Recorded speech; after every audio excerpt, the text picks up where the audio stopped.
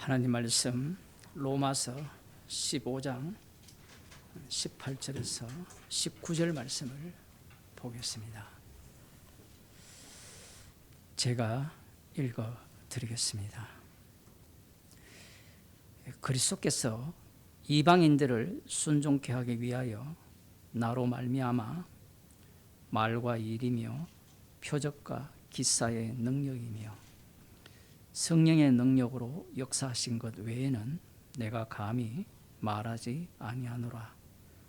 이 일로 인하여 내가 예루살렘으로부터 두루 향하여 일루리곤까지 그리스도의 복음을 편만하게 전하였노라. 아멘. 사도 바울이 그리스도 예수 안에서 하나님의 일에 대하여 자랑하는 내용을 말하고 있습니다. 사도행전 9장을 보겠습니다. 사도 바울이 자랑하는 내용이 왜 중요하냐라고 하면 그 자랑하는 내용이 말씀 안에 있기 때문에 그렇습니다. 사도행전 9장에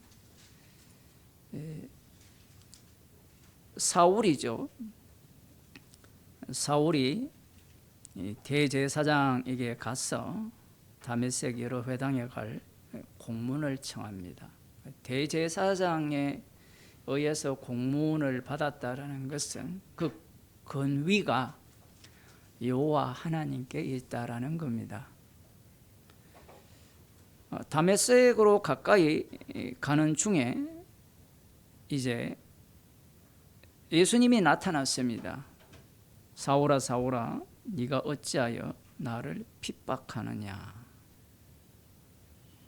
주여 누구십니까? 이렇게 묻죠. 나는 네가 핍박하는 예수라. 굉장히 중요한 말입니다. 네가 핍박하는 예수.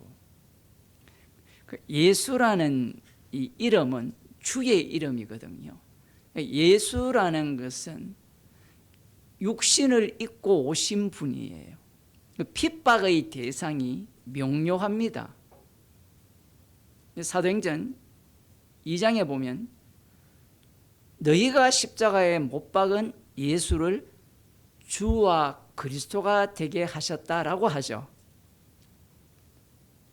그리스도를 핍박하는 게 아니에요. 실제로는 이 핍박당한 분의 그 내용이 그리스도예요. 네가 핍박하는 예수라 했을 때 사울이 지금 예수님을 핍박한 적이 있습니까? 없습니까? 없죠. 직접적으로 핍박한 적이 없어요. 예수 믿는 사람을 핍박했습니다. 지금도 예수 믿는 사람들을 잡으러 다메섹으로 가는 길인 거예요. 예수님을 핍박한 적이 없는데 네가 핍박하는 예수라는 거예요. 그럼 로마서를 근거로 하면 성도들은 그리스도의 영을 받았죠. 그리스도의 영을 받은 자들이 로마서 8장에 보면 환난, 기근, 적신, 위험, 칼, 핍박을 받잖아요. 그 핍박받는 그것에 대해서 예수님은 누구에 대한 핍박으로 간주하느냐 하면 예수님에 대한 핍박으로 간주를 하는 거예요. 제가 방금 간주한다라는 말을 했는데 사실은 예수님을 핍박한 겁니다. 또 이렇게 말하면 나를 핍박하는 게 예수님 핍박하는 거야. 나 건드리지 마. 지금 이 얘기하는 게 아니에요. 이 사람들은 논리를 항상 그렇게 전개를 시킵니다. 지금 사도 사울이 예수님을 핍박하는 중에 예수님이 찾아오셨는데 찾아오신 목적이 있습니다. 그 목적이 15절에 나오거든요. 주께서 가라사대 가라 이 사람은 내 이름을 이방인과 임금들과 이스라엘 자손들 앞에 전하기 위하여 택한 나의 그릇이라. 이렇게 말씀하고 있죠. 말씀하고 있는데 내 이름이라고 하죠. 내 이름. 내 이름이 뭐냐면 예수예요. 예수라는 이름이 뭐냐면 주의 이름이에요. 제가 복음을 실어 나르는 수레라 했잖아요. 그 수레라는 수레 안에 이 사도 바울의 몸 안에 복음이 들어있는데, 복음을 다르게 표현하면 주의 이름이 들어있어요. 주의 이름. 그러니까 지금 사도 바울이 그리스도께서 행하신 일을 자랑한다 하잖아요. 이 그리스도를 이 사도행전 2장에 의하면 주와 그리스도가 되게 하셨잖아요. 그러니까 주께서 하신 일을 자랑한다라고 말해도 무방한데, 왜 주라는 표현을 쓰지 않고 그리스도라는 표현을 쓰느냐라고 하면, 그리스도의 영이 없는 사람은 그리스도의 사람이 아니라는 겁니다. 주라는 것은 내가 인정하면 되잖아요. 여러분 잘 들으셔야 돼요. 주님은 내가 인정하면 돼요. 그런데 그리스도는 인정해도 소용이 없어요. 그리스도의 영이 없으면 그리스도의 사람이 아니기 때문에 그래요. 상당히 흥미롭죠, 이 내용이.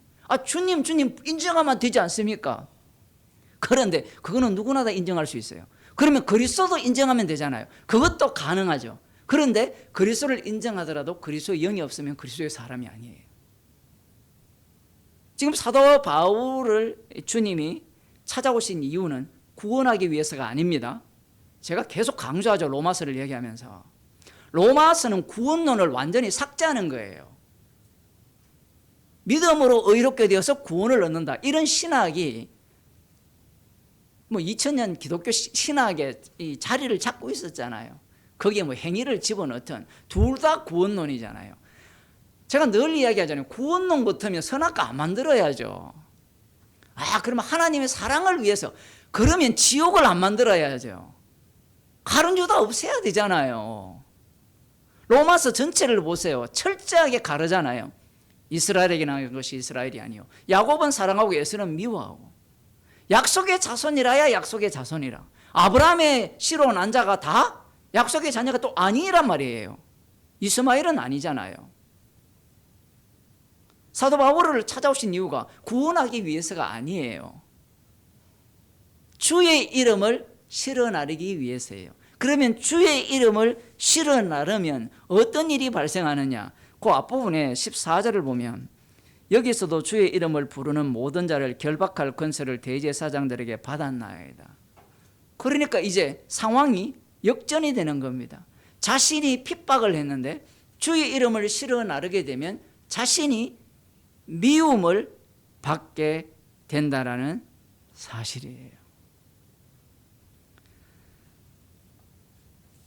사도행전 2장을 보겠습니다. 사도행전 2장 33절, 방금 제가 언급한 내용인데요.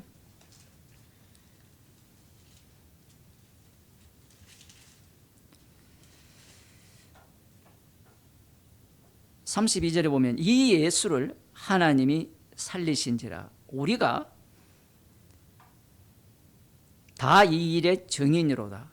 하나님이 오른손으로 예수를 높이심에 그가 약속하신 성령을 아버지께 받아서 너희 보고 듣는 이것을 부어 주셨느니라.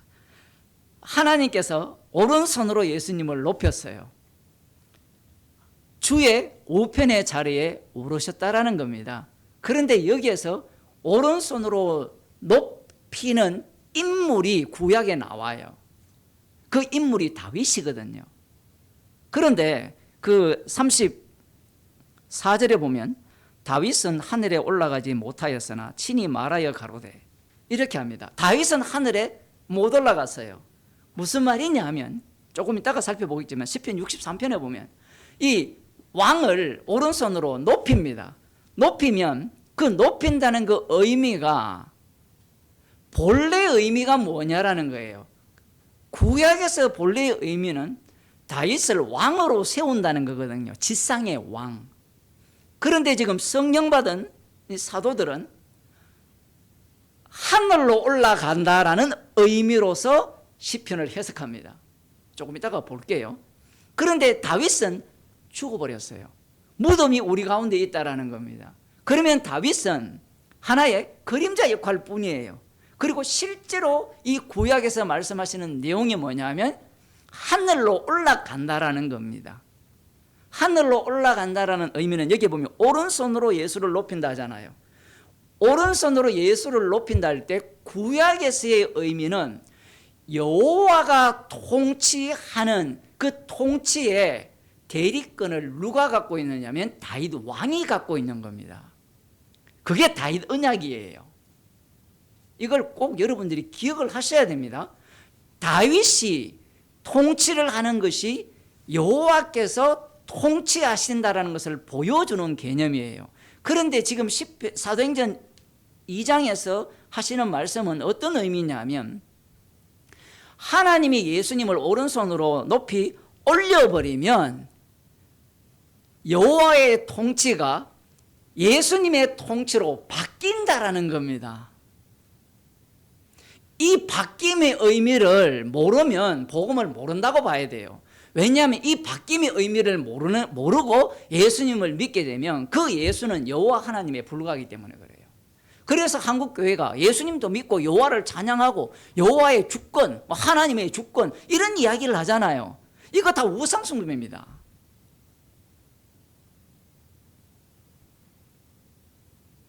강단에서 복음 이야기하지 않고 정치 이야기한다. 누구 편을 든다. 그럼 그건 뭐예요? 복음을 모르는 겁니다. 죄를 지적하기 위해서 정치를 이야기할 수 있는 거예요. 돈도 이야기할 수 있고 경제도 이야기할 수 있고 뭐든지 다 이야기할 수 있죠. 예수님을 오른손으로 높이시며 그러면서 이제 어디로 가버리느냐면 시편 110편으로 가버리거든요. 지금 사도행전 2장 35절에 주께서 내 주에게 말씀하시기를 갑자기 다윗이 빠져버립니다. 이게 붕붕 뛰어나르거든요. 지금 이 구약을 지금 오른손으로 높인다는 얘기 구약에도 나와요. 다 조금 이따가 보이지만 갑자기 붕 뛰어서 시편 110편으로 가면서 다윗은 자기는 빠져버렸어요. 빠진 이유가 뭐예요? 다윗이 죽어서 무덤이 우리 가운데 있기 때문인 거예요. 그래서 이 말씀의 본래 취지는 하나님이 오른손으로 높이실 그분이 누구냐라고 하면 예수라는 겁니다. 이 예수. 예수님이라는 이 인물이 그렇게 중요한 거예요. 예수님이라는 이 인물을 빼버리고 그리스도를 집어넣는다든가 아니면 거기에 주를 집어넣게 되면 인간들은 이용을 하게 돼 있어요. 예수님이라는 인물을 집어넣게 되면 어떤 문제가 발생하느냐면 우리는 예수님 따라 다 죽어야 돼요. 그게 로마서 6장 이야기입니다. 세례 이야기하면서 그리스도와 함께 죽었으니 그와 함께 살릴 줄로 믿노라 이래 나오잖아요. 함께 죽어야 돼요. 함께 죽음에 참여하지 못하면 살림을 못 얻게 돼 있어요. 구조가. 그래서 우리가 다 죽는 겁니다. 물론 우리가 살아서 주님을 만나겠지만 주님이 재림을 하신다면 그들도 이미 주와 함께 죽은 자예요.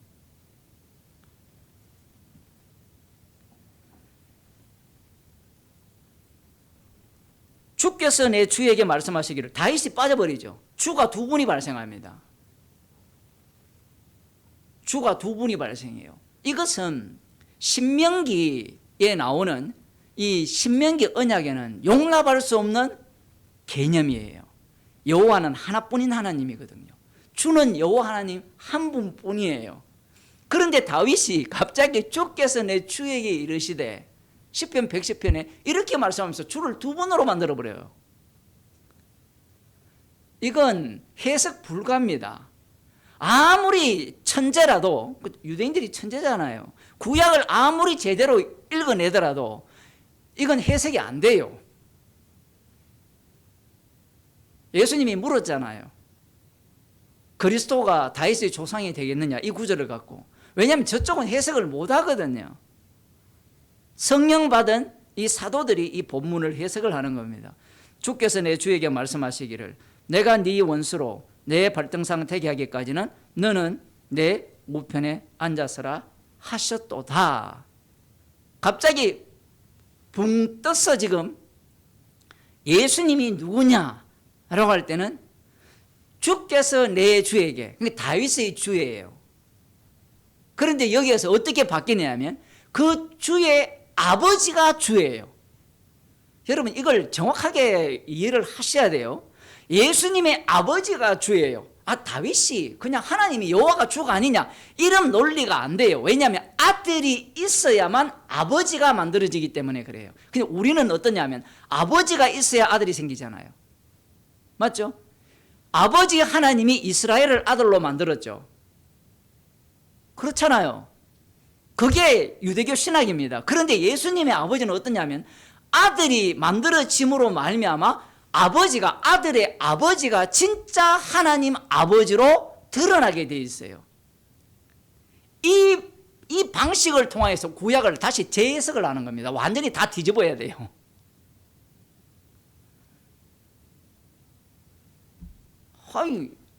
하나님이 먼저죠.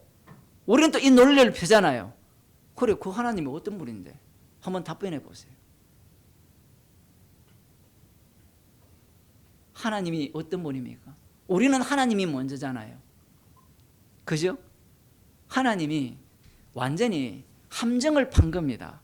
왜 함정을 팠느냐 하면 그 하나님을 통하여서 이스라엘을 통해서 하나님을 계시를 하잖아요. 하나님이 아버지가 되시면서 아들을 통해서 자신을 계시를 하면 그 아들이 무슨 짓을 하느냐 하면 그 아버지를 긴 역사 속에서 아버지를 간파를 해버립니다.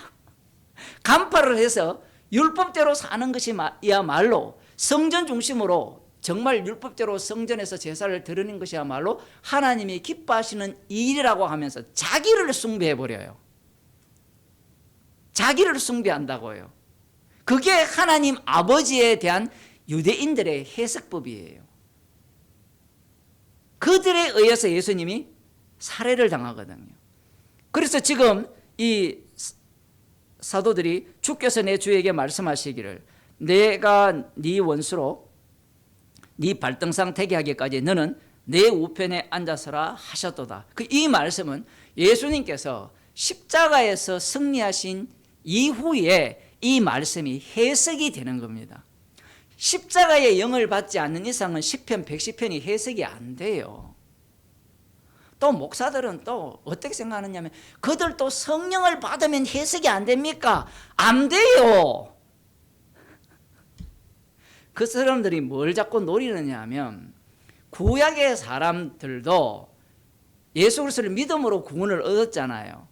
믿음으로 구원을 얻었다는 의미는 로마서 4장에 봤잖아요. 아브라함의 믿음이 엉터리 믿음이잖아요. 그 엉터리 믿음을 삼킨 진짜 믿음이 그 엉터리 믿음을 제대로 된 믿음으로 바꾸어버리잖아요. 알아서 구원받는 사람이 없다라는 이야기입니다. 제 이야기는 구약의 사람들이 십자가의 피 능력으로 구원을 받았지 알아서 구원 얻는 일은 없습니다. 자, 그래서 지금 이 본문에 대해서 우리가 이제 조금 알아가려면 시편 63편을 볼 필요가 있습니다. 시편 63편을 보면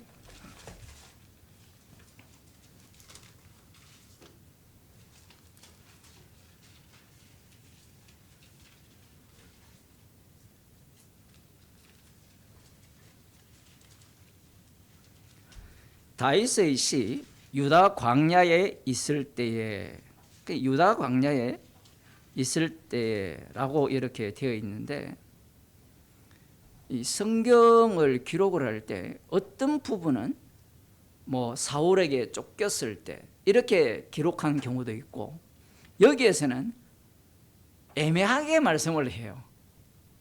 그럼 유다 광야에 있을 때가 언제냐라고 하면 이 사울 왕에게 쫓길 때였느냐, 사무엘상 한 19장에서 30장 이 전체를 보게 되면 쫓겨다니거든요. 그때냐 아니면 압살롬의 반역, 사무엘하 15장에서 17장 사이에 나오는데 압살롬이 반역을 하잖아요. 그 암논의 그 처리 문제, 자기가 사랑하는 누이 동생 다말이 완전히 강간당하고 버림을 받았을 때 법대로 처리해 줘야 되는데 다윗 왕이 법대로 처리를 안 하잖아요. 그래서 반역을 일으키는데 그 반역을 일으킨 그 상황에서의 상황이냐 그건 모릅니다. 제가 왜 모른다라고 하면 둘 다 가능성이 있다라는 거예요. 그러면 둘 다 이야기를 해도 사실 별로 문제가 안 돼요. 왜냐하면 한쪽은 혈족이죠. 자기 아들이잖아요. 다른 한쪽은 이스라엘의 왕이에요. 이 두 요소가 같이 있는 겁니다. 봅시다. 하나님이여 주는 나의 하나님이시라. 내가 간절히 주를 찾되 물이 없어 마르고 곰핍한 땅에서 내 영혼이 주를 갈망하며 내 육체가 주를 앙모하나이다. 지금 무슨 이야기입니까? 63편 1절. 간절히 주를 찾는 이유가 뭐예요?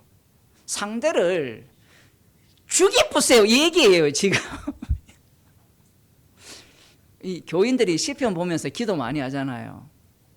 주님을 주여 내 형편이 어렵으니까 주님 내 영혼이 주를 갈망하며 내 육체가 정말 주님을 앙모합니다. 돈 달라는 거잖아요. 나에게 돈을 주려면 상대를 어떻게 해야 돼요? 저놈 돈 다 뺏어버리고 저놈 거지 만드세요 이 얘기거든요. 여러분 돈의 흐름은 한쪽이 가져가면 한쪽은 이렇게 되어 있어요. 구조가. 여러분 그거 몰랐습니까? 부자들은 그거 너무 잘 알아가지고 맨날 누구를 뽑습니까? 윤석열 같은 사람을 뽑는 거예요. 가져가면 안 되기 때문에. 그 가난한 자를 죽여야 된다는 거예요. 제대로 된 자본주의 법칙을 알죠. 주식시장도 마찬가지잖아요. 한쪽이 돈을 벌면 다른 한쪽은 이렇게 되어 있어요. 구조가. 그래서 내부 거래하는 겁니다. 김건희가. 얼마나 쉬워요. 내부 거래하면. 이거는 그냥 누워서 떡 먹기보다 더 쉬운 거잖아요. 이춘석이도 그랬는지 모르겠습니다. 여러분 그런 데 관심이 없죠.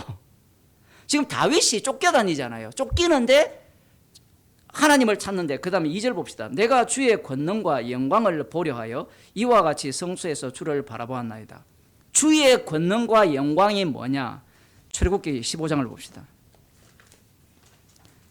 이 시편 이 기도가 무시무시한 기도입니다. 15장 6절에 보면 방금 다윗이 뭐라고 이야기했습니까? 주의 권능과 영광을 보고 싶다라고 했죠. 주의 권능과 영광을. 지금 유대 땅에 광야에 지금 쫓기고 있는 상황이잖아요. 하나님을 갈망하고 있습니다. 하나님을 갈망하는데 이 아주 재밌는 건 뭐냐면 출애굽기 15장, 14장 여러분 홍해 사건을 아시죠? 홍해 사건에서 이스라엘 백성들은 하나님을 갈망했습니까? 안 했습니까? 안 했죠. 원망했잖아요.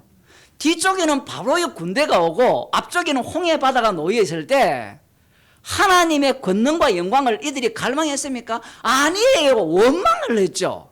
그런데 놀랍게도 하나님께서 홍해 바다를 가르시고 이스라엘 자손들을 마른 땅으로 건너게 하셨어요. 그 건너게 하신 이후에 이 바로의 군대가 몰살을 당하는 그 장면을 보면서 이제 하나님을 찬양을 하는데 그 6절에 보면 이렇게 이야기합니다. 여호와여 주의 오른손이, 오른손 나왔죠? 주의 오른손이 권능으로 영광을 나타내시나이다. 여기에 권능으로 영광을 나타낸다라고 지금 되어 있죠. 그 시편 63편 2절에 주의 권능과 영광을 보고 싶다라고 하잖아요. 지금 시편 63편은 출애굽기 이 홍해 바다를 건너는 이 사건을 그대로 갖고 왔다고 해도 과언이 아니에요. 왜냐하면 주의 권능과 영광을 지금 출애굽기 15장에서 찬양하고 있거든요. 그 찬양하는 내용이 앞에 보면 이렇게 나옵니다. 4절에 3절에 여호와는 용사시니 여호와는 그의 이름이로다. 지금 다윗이 이걸 지금 갈구하고 있는 거예요. 여호와를 찾는다는 것은. 그 다음 4절 그가 바로의 병거와 그 군대를 바다에 던지시니 그 택한 장관이 홍해에 잠겼고 큰 물이 그들을 덮으니 그들이 돌처럼 깊음에 내렸도다. 주의 여호와여 주의 오른손이 권능으로 영광을 나타내셨습니다.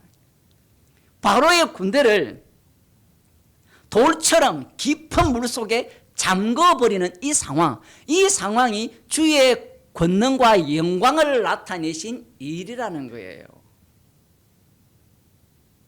지금 다윗이 무슨 기도를 하고 있는지 아시겠죠? 무시무시한 기도를 하는 겁니다. 여호와께 갈망을 하면서.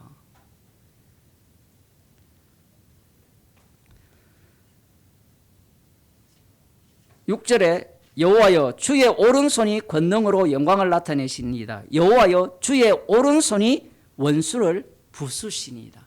오른손이 원수를 부숴요. 이게 주대심입니다. 왜냐하면 내가 여호와인 줄 알게 하기 위해서 애굽 땅에 있을 때 바로의 군대를 바로 거기에 10가지 재앙을 내리죠. 심판을 내리고 계속해서 이스라엘 자손들이 여호와 이름을 물었잖아요. 하나님의 이름을 물었을 때 여호와라고 소개해주면서 이스라엘 속에서 이 바로를 심판하는 애굽을 심판하는 속에서 여호와의 이름을 계속해서 드러내셨고 여기에는 그 드러내시는 방식이 오른손의 능력이에요. 오른손의 능력. 이건 심판주의 능력입니다. 이 오른손 이게 너무나 중요하기 때문에 아까 제가 처음 서론을 들어갈 때 주께서 내 주에게 이르시되 주가 두 분이 된다 했죠. 하나님이 먼저 있고 아들이 있는 것이 아니라 아버지가 먼저 있고 아들이 있는 것이 아니라 예수님이 오심으로 말미암아 아들을 통해서 아버지가 다시 증거된다라고 했죠. 이 구조를 이해를 하려면 이 말씀을 우리가 알고 있어야 되는 거예요. 주의 오른손이 원수를 부수는 겁니다. 주께서 주의 큰 위엄으로 주를 거스리는 자들을 엎으시니이다. 주께서 진노를 바라시니 그 진노가 그들을 초계같이 사르니이다. 오른편에 앉았다라는 것은 심판주가 됐다는 거예요. 오른편에 앉았다라는 것은 그 주의 오른손 그 자리에 예수님이 올라가는 겁니다. 그러면 예수님이 심판주가 되셔서 세상을 심판하게 된다라는 거예요. 다시 시편 63편으로 돌아와서 2절 내가 주의 권능과 영광을 보려 하여 그 다음 봅시다. 이와 같이 성소에서 주를 바라보았나이다. 이렇게 나와요. 성소 거룩한 곳에서 주를 바라보았다. 이렇게 나오거든요. 그러면 우리는 뭐 성경 그냥 읽으면서 거룩한 곳이 어디입니까? 성전이죠. 그런데 지금 유대 광야에 있잖아요. 유대 광야에 있으면 성소가 어디에 있습니까? 지금 이 예를 들어 지금 그 사울에게 쫓겼을 때는 그 당시에는 어떤 상황입니까? 본래 사무엘상 1장 3절에 보면 실로의 성막이 있었고 언약궤가 그곳에 있었어요. 그런데 블레셋과의 전쟁에서 언약궤가 빼앗겼죠. 빼앗겨서 언약궤 전쟁을 하면서 기라리임이라는 곳에 가서 이 다윗이 그 언약궤를 가져오기 전까지 그곳에 머물게 돼요. 그러면 이 상황은 어떤 상황인가 하면 언약궤와 성막이 분리된 상태예요. 되게 흥미롭죠. 그러면 거룩한 곳이 어디냐라는 거예요. 아마 추론을 해보면 이렇게 생각할 수 있습니다. 그 사무엘상 21장입니까? 거기에 보면 아히멜렉 노업이라는 곳에 아히멜렉 대제사장이 있습니다. 그곳에 다윗이 도망을 가죠. 되게 흥미로워요. 원래 실로의 성막이 있는데 갑자기 대제사장이 노업 땅에 있는 거예요. 그래서 사람들은 추론을 합니다. 연구하는 사람들은 아마 그 블레셋과의 전쟁에서 언약궤도 빼앗겼으니까 노업으로 성막을 이동했지 않겠느냐라고 생각을 해요. 그렇게 보는 게 왜냐하면 진설병이 그곳에 있잖아요. 대제사장도 그곳에 있고 어쩌면 다윗이 이곳에서 기도했을 수도 있다라고 추론할 수 있습니다. 제가 추론이라고 표현을 한 거예요. 더 중요한 것은 그곳이 아니더라도 성소라고 할 때 우리는 그 성소가 어디냐라는 데 초점이 맞춰져 있지만 다윗이 있는 곳이 성소가 됩니다. 이렇게 볼 수 있어요. 왜냐하면 여호와께서 이 다윗 왕을 기름 부어 세웠기 때문에 그렇게도 볼 수 있어요. 그 중요한 것은 그럼 성소가 뭐냐라는 겁니다. 성소의 기능. 그것이 중요한 거예요. 우리는 성소는 어떤 기능을 하죠? 죄 용서만 생각하잖아요. 그런데 앞부분에 기도한 내용이 뭐예요? 심판하라는 거예요. 와, 이거 정말 무시무시한 기도입니다. 다시 볼게요. 2절. 내가 주의 권능과 영광을 보려 하여 이와 같이 성소에서 주를 바라보았나이다. 그 성소에서 일어나는 일이 뭐냐면 주의 권능과 영광입니다. 그러니까 지금 이 내용 안에서는 성소에서 거룩한 곳에서 주의 권능과 영광을 바라볼 때 출애굽기 15장에 의하면 이 대적들을 몰살시키는, 처참하게 죽이시는 그러한 것이 주의 권능과 영광이 된다라는 겁니다. 그러면 그것으로 끝이냐? 그 속에서 살아남은 자가 다윗이라는 거죠. 원래는 살아남을 자가 없다라는 게 성소 개념이에요. 원래는 불살라 버리잖아요. 그런데 이 제물을 통하여서 이 마땅히 죽어 심판받아 마땅한데 용서를 받아서, 희생물에 의해서 용서를 받아서 살림을 받는 겁니다. 이스라엘을 보게 되면 이스라엘이 운이 좋아서 바다에 몰살당하지 않는 것이 아니라 하나님의 언약 때문에, 유월절 어린 양의 피 때문에 그들은 심판 속에서 구원을 받은 거예요.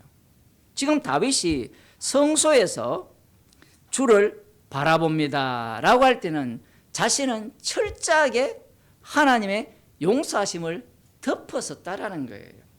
이것이 뭐 압살롬에게 쫓겨갔을 때도 마찬가지겠죠. 압살롬 그때는 이제 이미 바세바 사건이 일어난 이후잖아요. 바세바 사건이 일어난 이후이기 때문에 다윗은 이 기능이 그 전과 약간 다르게 그 자신의 태도를 취하는 것을 알 수 있습니다. 그 다음 3절에 봅시다. 주의 인자가 생명보다 나음으로 내 입술이 주를 찬양할 것이라. 이야, 이건 무시무시한 말씀이에요. 주의 인자가 생명보다 낫다라는 겁니다. 즉 그러면 다윗이 주의 성소에서 주의 권능과 영광을 바라보면서 하나님을 찾고 있잖아요. 그 하나님이 어떻게 해달라는 겁니까? 대적들을 심판해달라고 하잖아요. 그러면 심판해달라고 하는 목적이 내 생명을 위함입니까? 주의 인자하심을 위함입니까? 주의 인자하심이에요. 철저하게 자기가 부정돼요. 지금 다윗이 하는 얘기가. 주의 인자가 생명보다 낫다라는 겁니다. 사람들은 이게 주의 인자가 생명보다 낫다는 말을 많이 하잖아요. 우리가 찬양도 많이 불렀습니다. 찬양으로. 맞죠? 그런데 이걸 어떻게 해석하느냐 하면 주의 인자하심이 내 생명을 보호하고 지키고 그런 식으로 해석을 하는 거예요. 그런데 다윗은 주의 인자하심이 생명보다 낫다라는 겁니다. 야, 이게 얼마나 무시무시한 얘기냐면 주의 인자하심이라 하면 여러분은 뭘 생각하고 있습니까? 주의 인자하심이라 하면 인자가 뭐예요? 뭐 불쌍히 여긴다, 사랑한다 이런 쪽으로 생각을 할 수 있잖아요. 그런데 그런 인자가 아니에요. 시편 136편을 봅시다.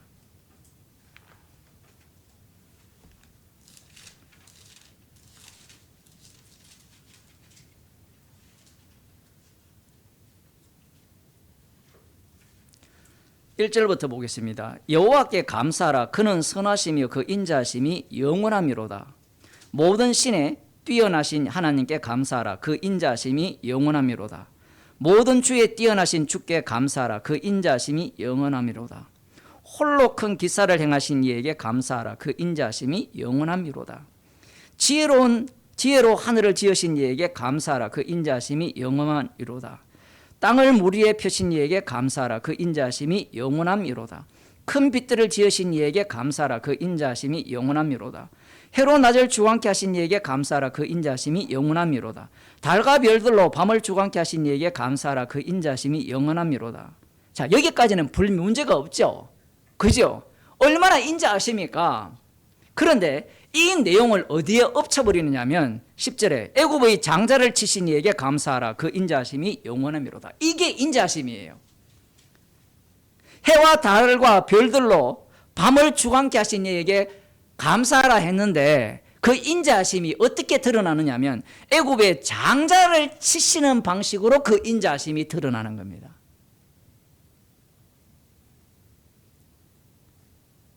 하나님은 인자하신 하나님입니다. 사랑이 많으신 하나님입니다. 맞아요. 말은 맞는데 그 사랑이 많으신 하나님이 바로의 장자를 죽여버립니다. 이스라엘을 저희 중에서 인도하여 내신 이에게 감사하라. 그 인자하심이 영원함이로다. 맞죠? 6월절 어린 양의 피로 그들의 애굽으로부터 출애굽을 시켰죠. 13절에 보면 홍해를 가르신 이에게 감사하라. 그 인자하심이 영원함이로다. 홍해를 가르는데 한쪽은 통밖에 하셔서 그 인자하심이 영원하고 14절에 15절에 바로와 그 군대를 홍해에 엎드리신 이에게 감사하라. 그 인자하심이 영원합니다. 그러니까 홍해를 가르신 분의 그 인자하심은 어떤 식으로 드러나는가 하면 바로와 그 군대를 홍해에 몰살시키는 인자로 드러나고 또 한쪽의 인자는 이스라엘을 통각해 하는 인자하심이에요. 그러니 이 다윗이 다시 시편 63편으로 와서 보게 되면 주의 인자가 생명보다 나음으로 내 입술이 주를 찬양할 것이라 라고 할 때 주의 인자하심이 어떻게 드러나게 해달라는 겁니까? 주의 권능과 영광이 출애굽 때와 마찬가지로 누구를 심판하라는 겁니까? 사울왕을 심판하고 압살롬을 심판하고 그 심판 속에서 구원받는 자를 주님께서 생성시키시겠죠. 그죠?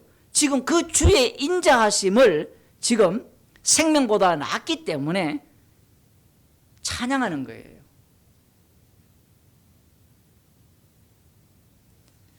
이름으로 내 평생의 주를 송축하며 주의 이름으로 인하여 내 손을 들리이다. 이 주의 이름이 얼마나 무시무시하냐면 나중에는 주의 이름이 로마서에 의하면 이스라엘을 날려버립니다. 그러니까 이 생명의 자리에 이스라엘을 집어넣어서는 안 된다는 이야기예요. 여기는 다윗도 들어가면 안 돼요. 지 이름을 집어넣다가 하나님의 심판을 받잖아요. 인구수를 세잖아요. 내가 왕이다 라는 그런 모습.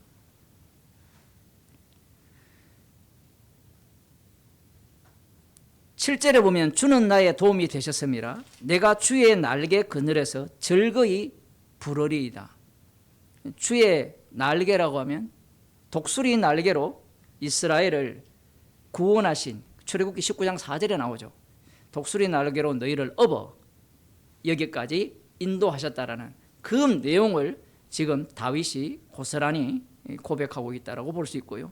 나의 영혼이 주를 가까이 따르니 그 다음 봅시다. 주의 오른손이 나를 붙드시거니와 나의 영혼을 찾아 멸하라 하는 저희는 땅 깊은 곳에 들어가며 칼의 세력에 붙임 바 되어 실랑의 밥이 되리이다. 왕은 하나님을 즐거워하리니 주로 맹세한 자마다 자랑할 것이나 거짓말하는 자의 입은 막히리로다. 여기에 보면 8절에 주의 오른손이 나를 붙든다 하죠. 주의 오른손이. 그 주의 오른손이 다윗을 붙들게 됩니다. 다윗을 붙들게 되면 다윗이 왕으로 왕권이 회복이 되잖아요. 사울에게 쫓겨다니다가. 그런데 이 다윗의 이 기도를 예를 들어 사울에게 쫓기는 상황에서 기도한 내용이라면 압살롬도 마찬가지지만 다윗이 사울을 직접 죽이려고 합니까? 안 합니까? 안 하죠. 압살롬을 살리랍니까? 죽이랍니까? 살리라고 하죠.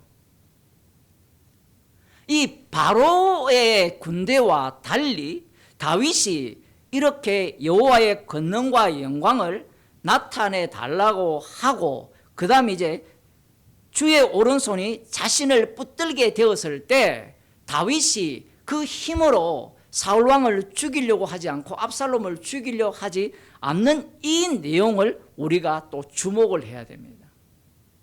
하나님의 심판성과 그 긍휼성을 다윗이 고스란히 담고 있는 내용이에요. 그런데 여기에서 우리가 생각해야 되는 게 주의 오른손이 나를 붙든다고 하죠. 주의 오른손이. 아까 주의 오른손이 어떻게 했습니까? 애굽을 심판했죠. 바로의 군대를. 그죠? 그러면 주의 오른손이 다윗을 붙들게 되면 심판을 누가 합니까? 다윗이 하겠죠. 다윗이 한다라는 말입니다. 다윗이 심판주가 되죠. 물론 심판주의 기능이 내가 심판하지 않는다라는 게 다윗입니다. 맞죠? 사울을 누가 죽입니까? 하나님께서 죽이시잖아요. 지금 이게 왜 중요하냐면 유대인들, 그러니까 구약을 읽는 사람들은 주의 오른손이 다윗을 붙들게 되면 여호와의 통치가 다윗을 통하여서 하시게 되는데, 이 특징이 뭐냐면 다윗이 직접 심판하는 기능을 행사하느냐라고 하면 행사하지 않아요. 여호와께 맡기잖아요, 심판을. 그런데 예수님께서 주가 되시면 어떻게 되느냐라는 거예요. 주의 오른손이 다윗을 붙드는데, 지금 여기에 다윗을 붙드는데, 이제 다시 이 사도행전으로 가봅시다. 사도행전 2장.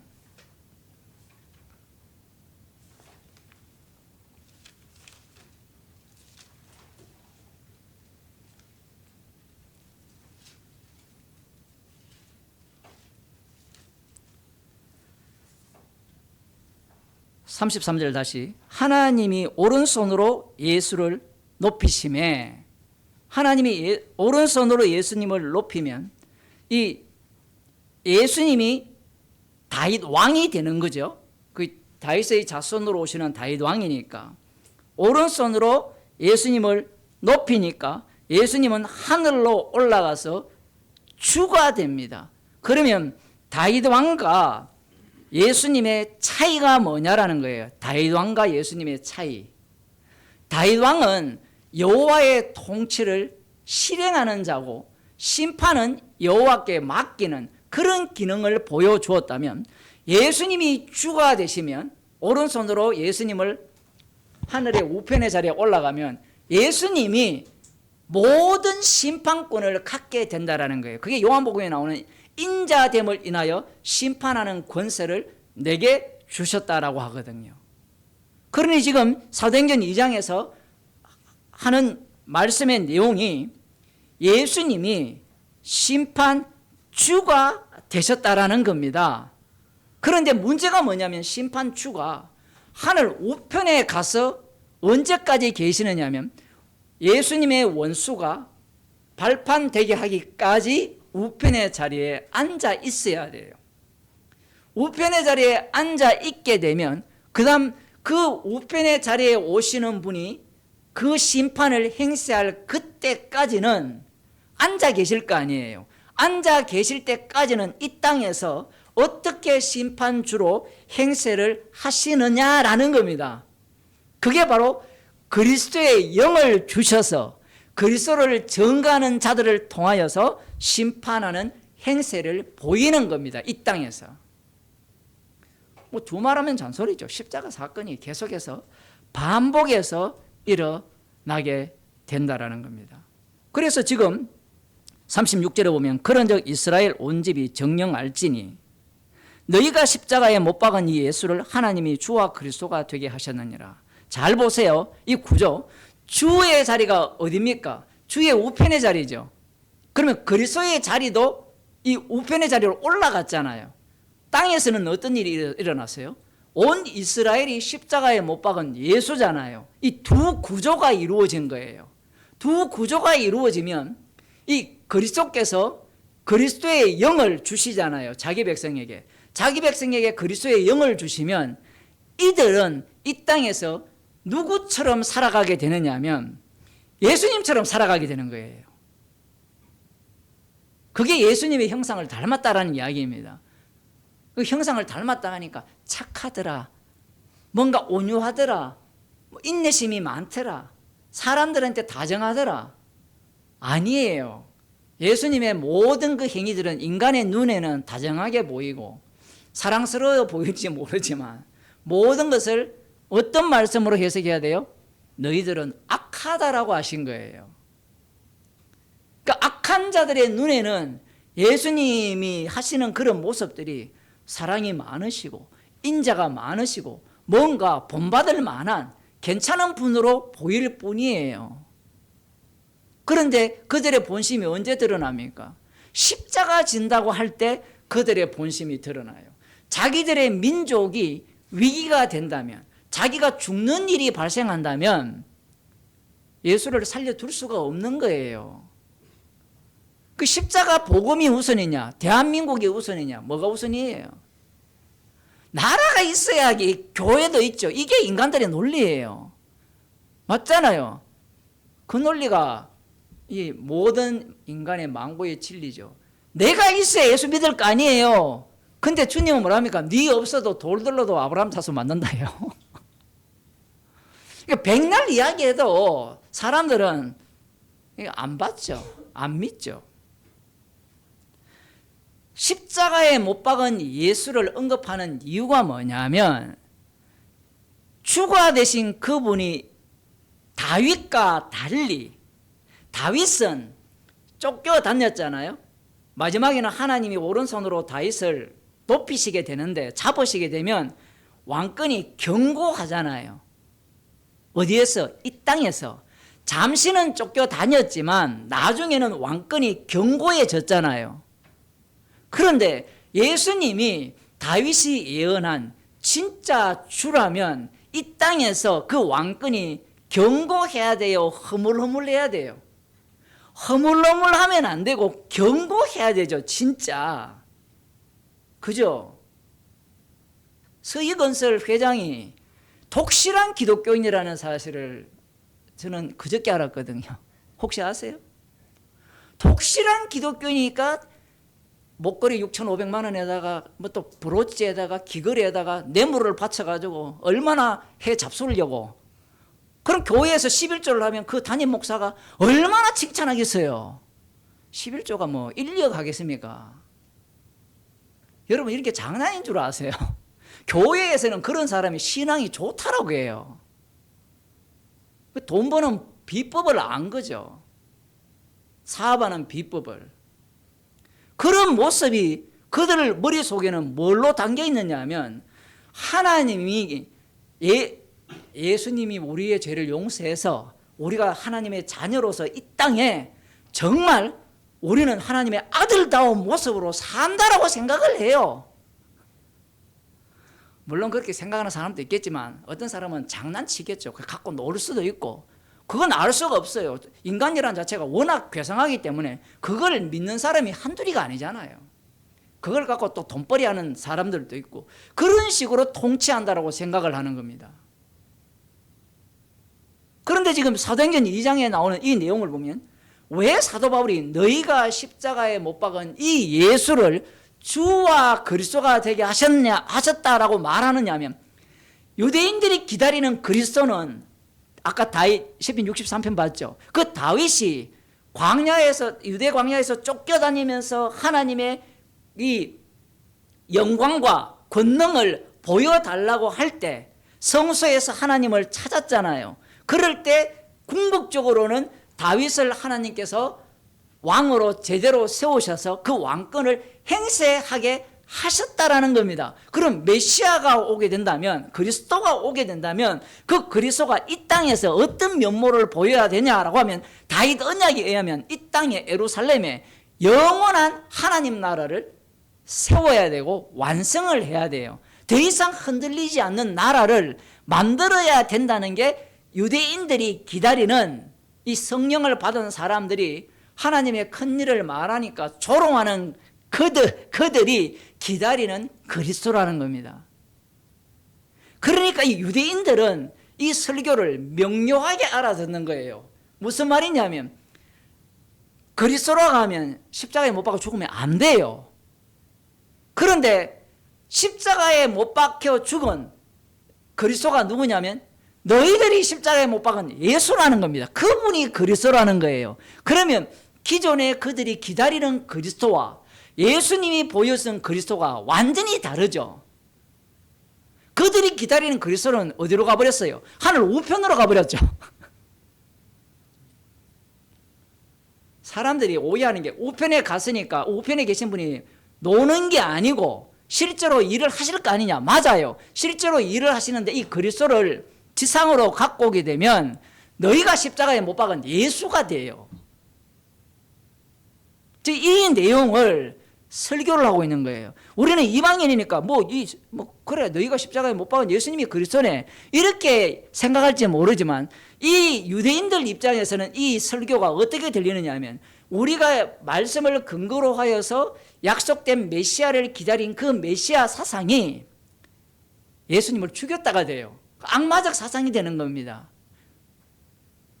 그래서 우리가 어찌할 거라고 하죠. 이건요 불가능한 일이에요. 조롱하는 게 정상이거든요. 그게 무슨 그리스도야. 지금도 마찬가지잖아요. 여러분 예수 믿고 구원 얻습니다 라고 할 때 그 구원은 이 땅에서 그 십자가 때문에 여러분 구원 못 얻는 상태가 되는 게 구원입니다 라고 하면 조롱하고 비웃죠. 복음이 왜 사람들한테 안 먹히느냐 하면 십자가 복음이 인간이 생각하는 기쁜 소식과 성경이 말하는 기쁜 소식이 달라요. 그 기쁜 소식 성교인가 이런 집단들은 인간이 좋아하는 기쁜 소식을 전하잖아요. 그런데 예수님이 자기 피로 전한 기쁜 소식은 인간은 하나도 기쁘지 않는 기쁜 소식이에요. 사람을 기쁘게 하는 것은 복음이 아니라 했거든요. 맞죠? 제 이야기가 아니잖아요. 사람을 기쁘게 하면 뭐가 기뻐요? 아까 기도할 때 그런 얘기 했잖아요. 세상이 원하는 평안, 사업 잘 되고 이게 풀리고 건강하고. 그럼 또 이렇게 해석할 거예요. 뇌물을 줬는데 뇌물을 잘못 줘가지고 김건희한테 잘못 줘가지고 줄 때는 어떻게 생각했을까요? 그 계엄 성공해가지고 영원한 김건희 나라를 만들면 자기는 잘 먹고 잘 살 수 있잖아요.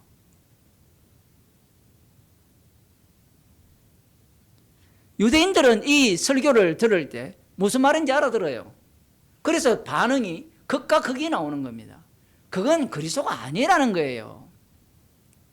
예수님이 우리의 구주라면 아까 내 영혼이 주를 악망하고 갈망한다 했잖아요. 그러면 악망하고 갈망하기 때문에 거지 나사로로 만들어버린 거예요. 이런 응답을 사람들이 원하겠어요? 아까 제가 잠언서 그 기도할 때 아구레십니까? 가난하게도 마옵시고 부하게도 마옵시고 얼마나 여러분이 좋아합니까? 좋아하는 이유가 뭔지 알아요? 거기에 탐심이 가득하기 때문에 좋아해요. 근데 제가 기도를 거꾸로 했죠. 가난하게도 하셔서 부하게도 하셔서 복음만 전하게 하옵소서. 이게 다예요. 원래 그 기도의 취지가. 물론 구약에서 아구레 시는 그런 취지가 아닌 듯이 보이지만 십자가에서 완료가 되면 인간의 죄밖에 안 드러납니다. 사람들이 하나님 부하게도 마옵시고 가난하게도 마옵시고 그 얼만큼 해야 가난한 겁니까? 얼만큼 해야 부하지 않는 거예요. 예? 밥만 먹고 그죠? 집 있고 얼마나 부합니까? 예? 세상에 집 없는 사람이 얼마나 많아요. 월세만 있어도 얼마나 부한 겁니까?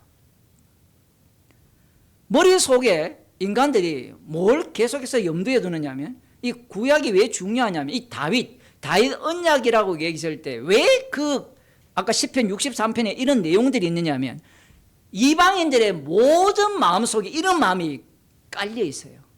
자신의 대적들은 심판을 하고 자신들은 구원하여서 자기를 오른손으로 세워서 부모들이 기도하는 거 있잖아요. 세계 만방에 뛰어난 주님의 백성이 되게 하옵소서. 많이 들었죠, 그죠? 우리 부모님은 그런 기도합니까? 우리 세대 때는 얼마나 그런 기도를 많이 들은지 몰라요. 그러니까 복음이라는 것은 자신이 왕으로 믿는 분은 십자가에 못 박혀 돌아가셨는데 자기는 뭘 하려고 하느냐면 이 땅에서 그 십자가에 못 박히는 왕을 이용해서 왕 노릇하려고 하는 겁니다. 그게 사이비 집단들이잖아요.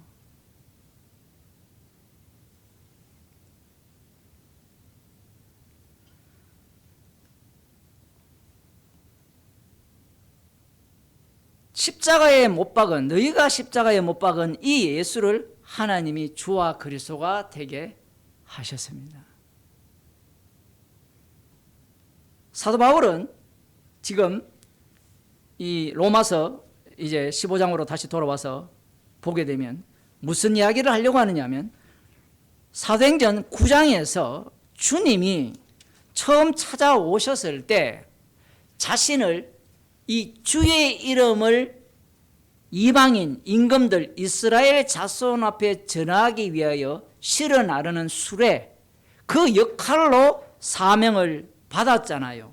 여기에 보면 내 이름, 주의 이름이 나오는 거예요. 이 주의 이름이 지금 어떻게 바뀌었는가를 제가 말씀을 드렸고요. 이 주의 이름을 사도 바울이 전하고 있는 겁니다. 그러니까 지금 사도 바울이 자기 자랑할 게 있어요, 없어요? 자랑할 게 없는 거예요. 왜? 주님께서 말씀을 주셨고 그 말씀대로 자신은 그 일에 그냥 이용된 거예요. 그래서 나를 통하여 역사하신 일 외에는 자랑하지 않는다라는 겁니다.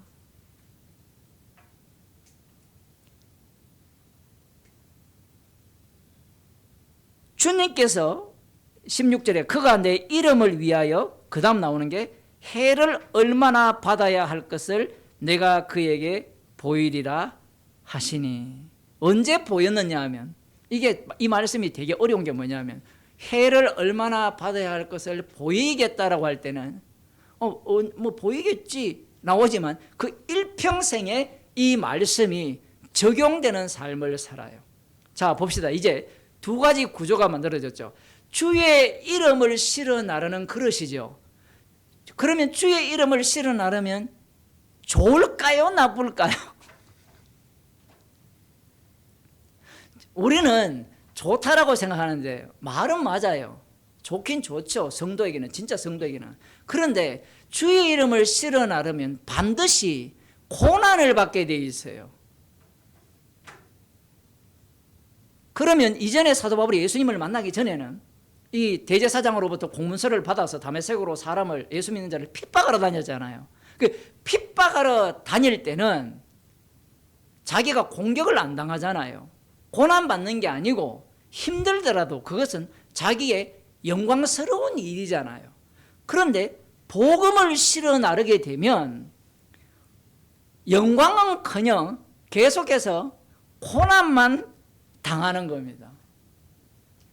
어떻게 고난을만 당합니까, 목사님? 사람들로부터 인정받는 것도 있지 않습니까? 그 인정받는 게 고린도전서에 나오거든요. 로마서 끝나면 고린도전서 할 생각인데 할 수 있을지 모르겠지만 바울파가 등장을 했잖아요. 바울파가 등장할 때 뭐라고 합니까? 내가 십자가 졌냐라고 해버리죠. 그것보다 기분 나쁜 말 없습니다. 기껏 예를 들어 여러분들이 저를 존중해가지고, 야, 목사님 정말 복음을 잘 전합니다, 이렇게 칭찬을 하는데 내가 십자가 안 졌는데요. 기분 좋을까요, 나쁠까요? 여러분은 믿음이 좋아가지고 당연히 기분이 좋겠지만 마음을 먹었거든요. 바울을 높이려고 마음을 먹었단 말이에요. 누가 보더라도 바울은 복음을 제대로 전하는 거니까, 이야, 저 사람은 진짜 주님의 종이야 라고 하는데 내가 십자가 안 졌다라고 해보세요. 아마 대부분 사람들이 고개를 팩 떨리면서, 그러면 난 네 표 안 할래, 나 아볼로파 할래. 왜? 인간은 자기를 인정하는 사람을 좋아하거든요. 교묘하죠. 자기가 인정받기 위해서 이용하는 것뿐이에요. 그러니까 주님께서 사도 바울을 통하여서 그걸 간파하게 하신 겁니다. 사람들이 이 신학교 가면 무슨 이야기를 할 때 맨날 뭘 자꾸 이야기를 하느냐면 그런 이야기를 하죠. 너의 신학은 누구의 것이냐. 맨날 그걸 물어요. 학문의 세계는 누구의 견해를 주장하느냐가 자신의 어떤 위치를 이렇게 자리 잡게 하거든요. 성경이다 이러면 뭐라는지 아세요? 웃어요. 그럼 뭐라고 하냐면 그건 기본이고, 내가 볼 때는 기본이 안 됐어요. 제가 어떤 분하고 이야기를 하는데 그 사람은 성경을 요상하게 해석을 하는데 히브리 헬라어 막 하면서 저도 알아듣지 못하는 이야기를 해요. 그러면서 거기에 뭔가 신비가 있는 듯이 얘기를 하거든요. 결론은 뭐냐면 나한테 배워 이거거든요. 논리가. 근데 제가 그분한테 그랬어요. 아니, 성경이 십자가가 다인데 이렇게 이야기하니까 뭐라는지 아세요? 십자가는 기본이고 제가 볼 땐 기본이 안 됐어요. 자기도 그걸 몰라요. 왜냐하면 그 사람의 생각 머릿속에는 이 신기한 지식이 있죠. 성경을 풀어낼 수 있는 공식이 있죠. 공식이 너무 좋은 거예요. 지 눈에는 그게 다 보여요. 자기 눈에는. 그게 까막눈이라 하거든요. 바리새인들과 사두개인들 눈에 성경이 다 안 보였겠어요? 예수님의 성경 해석이 어땠습니까? 성령의 해석이거든요. 여러분 이걸 꼭 기억하세요. 성령의 해석은요, 인간이 성경을 해석해서 공식을 만들어낸 것을 부정합니다. 진짜 중요한 얘기예요. 제가 복음을 전하면 사람들이 이 복음의 공식을 만들어내려고 하잖아요. 그죠? 그래, 공식대로 백날 전에도 복음이 될 수가 없어요. 그게 왜 그러냐면 우리 성경 계시죠. 복음이죠. 복음을 백날 이야기하는데 말을 하는 그 목적을 우리가 간파를 하고 있잖아요. 모두가 다. 예수님이 내가 길이요 진리요 생명이라 했잖아요. 그럼 우리가 그걸 반복하는데 반복하는 자가 그 말을 할 때 어떤 목적을 띠고 있어요. 그래서 어떤 사람은 성경 말씀을 읽자고 하는 사람이 있어요. 이 사람들은 진짜 정신병자입니다. 왜 정신병자냐면 말씀을 읽는 거는 맞는데 읽는 네가 다 해석을 해요. 다 해석을 하잖아요. 아기 때부터 엥 울면 엄마가 해석합니까 안 합니까? 뭐 아기를 우리가 안 키워본 사람 죄송하지만 애를 키워보면 해석을 하잖아요. 우유도 먹여보고 달래도 보고 시원하게 해보고 여름에는 별별 짓을 다 해봤거든요. 그 여름만 생각하면 우리 예빈이 아기 때 생각나는데 밤새도록 우는데 왜 우는지 몰랐어요. 지금 돌아오면 더워서 우는 거예요. 집이 햇빛이 너무 낮에 강렬하게 쬐니까 해석을 하잖아요. 해석. 성경도 해석을 하거든요. 왜냐하면 인간은 신이기 때문에. 왜냐하면 자기 DNA 자체가 부모로부터 해석하는 걸 배웠거든요. 안 배울 것 같죠. 배우면 이렇게 하면 부모가 이렇게 반응을 하는구나, 저렇게 하면 반응을 하는구나. 커서도 똑같아요. 해석을 하거든요. 그러니까 성경 자체도 읽잖아요.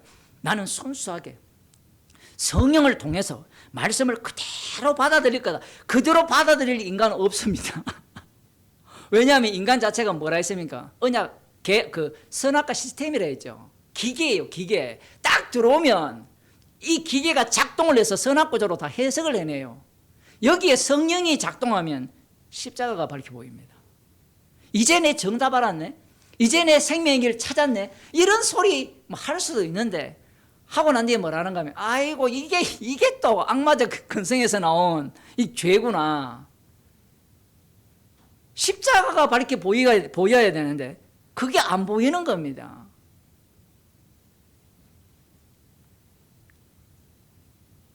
지금 사도 바울이 주님의 사명을 받았잖아요. 그 사명 안에는 세트예요. 세트. 동전의 앞뒤와 똑같이 한쪽은 복음 안에 들어있죠. 사실은 주의 이름이라는 그 내용 아래는 주의 이름 자체가 예수님이잖아요.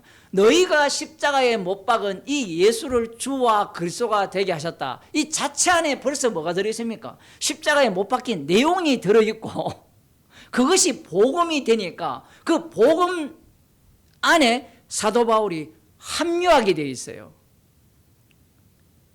복음 안에 십자가 고난이 들어있잖아요. 사람들은 자꾸 복음을 이야기하면 십자가 고난 빼는 이야기, 그거는 예수님만 당하는 이야기고 우리는 그냥 그 십자가 피 이용해서 이제 영원하게 행복만 하세요. 우리 장모님이 병원에 계시는데 그 어떤 젊은 친구가 문자가 오는 거예요. 꽃길만 걸으세요. 행복하세요. 기분 얼마나 좋은지 몰라요. 사람들이 그걸 좋아하거든요. 꽃길만 걷고 행복하라는 거. 복음이라는 것은 이 자기 백성에게는 복음이지만 자기 백성 아닌 자에게는 복음이 아니에요. 그러니까 자기 백성이 아니기 때문에 이 복음을 내가 기뻐하는 것으로 다 바꿔치기를 하는 겁니다. 지금 사도 바울이 로마서로 이제 가서 봅시다. 다시. 그러므로 내가 그리스도 예수 안에서 하나님의 18절 그리스도께서 이방인들을 순종케 하기 위하여, 여기 보면 그리스도께서라는 표현이 나오죠. 아까도 이야기했지만 주께서라고 표현하지 않고 그리스도께서라고 표현하죠. 왜 그럴까요? 주께서 해도 돼요. 근데 사도 바울이 그리스도의 영을 받았죠. 그리스도의 영을 받았기 때문에 이 사도 바울은 철저하게 그리스도께서 하신 일만 보여주는 역할을 합니다. 역할을 하기 때문에 사도 바울이 어떤 일을 당할까요? 고난을 당하죠. 그런데 로마서에서는 고난 받았다라는 이야기는 하지 않습니다. 요게 아주 이 흥미로운 부분입니다. 봅시다. 그리스도께서 이방인들을 순종케 하기 위하여 나로 말미암아 말과 일이며 표적과 기사의 능력이며 성령의 능력으로 역사하신 것 외에는 내가 감히 말하지 아니하노라. 이 일은 일루리곤까지, 예루살렘에부터 일루리곤까지, 다메섹, 마케도니아 북쪽까지, 이 발칸반도 그 지역까지 복음을 충만하게 전했다라는 이야기만 하는데, 우리 같으면 내가 복음을 전하는데 얼마나 고난 받았는지 아느냐? 물론 다른 본문에서는 그 얘기를 해요. 그 얘기를 하는 이유가 뭐냐면 자기가 자기 잘남을 이야기하고자 하는 것이 아니라 복음을 전하기 위해서 그 용어를 쓰는 거예요. 그럼 여기에서는 그런 말을 싹 없애버렸어요. 왜냐하면 이미 로마서 8장에서 얘기 다 했거든요. 환난, 기근, 적신, 위험이나 칼이라 우리가 항상 도살당할 양과 같이 되었도다. 그 상황을 사도 바울은 고스란히 다 당했어요. 그게 그리스도잖아요. 그래서 그리스도께서 뭐라고 합니까? 이방인들을 순종하게 하기 위하여. 이방인을 순종하려면 어떻게 돼야 돼요? 할례의 종이 되셨잖아요. 앞부분에. 할례의 종은 자기 목숨을 대성물로 내어준 겁니다. 십자가입니다. 그래서 그리스도께서 이방인들을 순종케 하기 위하여 나를 어떻게 했다는 겁니까? 십자가 사건으로 몰아갔다는 이야기가 나로 말미암아 말과 일이며 표적과 기사의 능력이며, 이게 왜 중요하냐면 사복음서에 보면 십자가 지기 전까지 예수님이 말씀을 하셨죠. 그리고 어떤 행동을 하시고 그 다음 표적과 기사를 다 보여주셨죠. 이 모든 내용이 뭐예요? 십자가예요. 십자가 복음을 전한 겁니다. 십자가 복음을 전하니까 십자가 고난이 고스란히 그 자리에서 발생을 하는 거예요. 사도 바울이 지금 그리스도께서 이방인을 순종케 하기 위해서 자기를 어떻게? 십자가 사건 속으로 몰아넣었다. 사도행전 9장에서 말씀하신 대로 이방인과 임금들과 이스라엘 자손들에게 복음을 전하기 위하였고 그 다음 얼마나 많은 고난을 받아야 할 것을 보이리라 했잖아요. 그 말씀을 지금 로마서 15장 18절 19절에서 그대로 갖고 오는 겁니다. 그러니까 뭘 자랑해요? 말씀이 없는 자들은 자기가 한 걸 자랑해요. 그러면 모든 성도들이 지금 사도 바울 속에 들어가 있잖아요. 그러면 한 일 중에 그리스도께서 복음을 전하기 위해서 우리를 사용한 그 일을 자랑할 거 아니에요. 그 십자가를 자랑하는 거예요. 그런데 여기에서 사도 바울은 고난 이야기를 하지 않습니다. 이미 충분히 언급을 했어요. 왜냐하면 너희가 서로 용납하라. 누가 누구를 핍박하고 누가 누구를 공격하느냐라는 내용을 이미 앞에 다 담았기 때문에 그래요. 할례의 종이라는 의미 자체가 이미 그 내용을 담고 있기 때문에 그렇습니다. 그래서 사도 바울이 지금 이방인을 순종케 하기 위하여 나로 말미암아 말과 일이며 표적과 기사와 기사의 능력이며 성령의 능력으로 역사하신 것 외에는 내가 감히 말하지 아니하노라, 이렇게 하죠. 성령의 능력. 그런데 어떤 고대 사본에는 하나님의 성령의 능력으로 되어 있어요. 우리 성경에는 그런 거 안 나와요. 그런데 이 부지런한 사람이 많거든요. 그래서 어떤 데는 하나님의 성령의 능력이라고, 어떤 데는 성령의 능력이라 해요. 여러분은 어느 부분이 더 좋습니까? 목사님 성경에 없는 이야기 왜 합니까? 성경이 다 있어요. 그게 요즘은 워낙 이게 이 AI가 뛰어나기 때문에 AI만 검색해도 다 나오고, 성경 번역에도 이런 것을 한글 번역에도 이걸 넣어놨습니다. 왜 하나님의 성령의 능력이라 하지 않고 성령의 능력이라 하느냐? 아니면 하나님의 성령의 능력을 왜 다 넣어야 되느냐? 부정적으로 본다면 하나님의 성령의 능력이 되면 이 하나님 개념을 예수 그리스도의 아버지로 보지 않고 성부로 볼 가능성이 다분히 높아요. 그래서 이와 반대되는 쪽에서 하나님을 날려버리는 겁니다. 무슨 말인지 이해돼요? 하나님을 날려버림으로 말미암아 이 성령은 예수 그리스도의 영으로서 역사하셨다라고 이야기하고 싶은 거예요. 그러면 너는 무슨 입장이냐? 둘 다 괜찮아요. 하나님을 집어넣어야 가짜 하나님이 등장을 해요. 가짜 하나님의 성령의 역사, 제가 보기에는 오늘날 기독교가 거의 다 가짜 하나님이에요. 하나님의 성령의 능력이라 하면 사람들이 좋아해요. 맞죠? 그럼 그리스도의 영의 능력이라고 하면 좋아할까요? 싫어할까요? 그것도 좋아하죠. 왜냐하면 자기 마음대로 이미 조작을 해버리지만, 그리스도라고 하면 너희가 십자가에 못 박은 예수가 들어가야 되는데, 그러면 그 영이 역사하게 되면 고스란히 성도의 몸에서 그 일들이 반복이 되겠죠.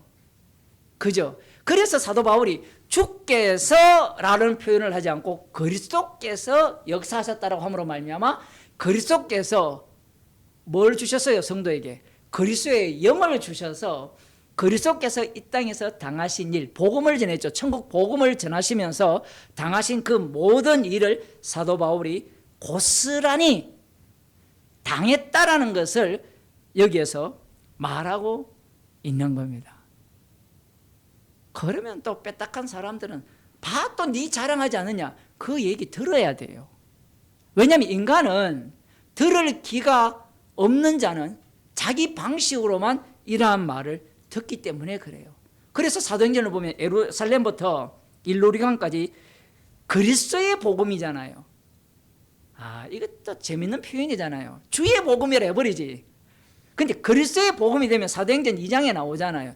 너희가 십자가에 못 박은 이 예수를 주와 그리스도가 되게 하셨다. 이 그리스도라는 이 이야기를 쓰므로 말미암아 로마서를 보게 되면 로마서에 있는 사람들이 이방인들이라고 하거든요. 그런데 이 구약을 완전히 깨뚫고 있죠. 로마서 자체가. 그래서 지금 사도 바울이 그리스도의 이름 이렇게 표현하고, 그리스도의 복음, 뒤에는 또 그리스도의 이름이 나오는데 그리스도의 복음이라고 표현을 하는 겁니다. 기도하겠습니다. 하나님 아버지,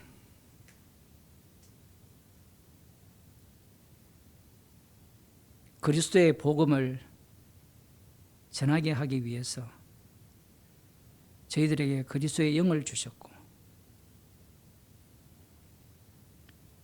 십자가 지신 예수 그리스도가 주의 이름임을 증거케 하기 위하여서 저희들을 택하셨습니다. 저희들을 긍휼히 여기사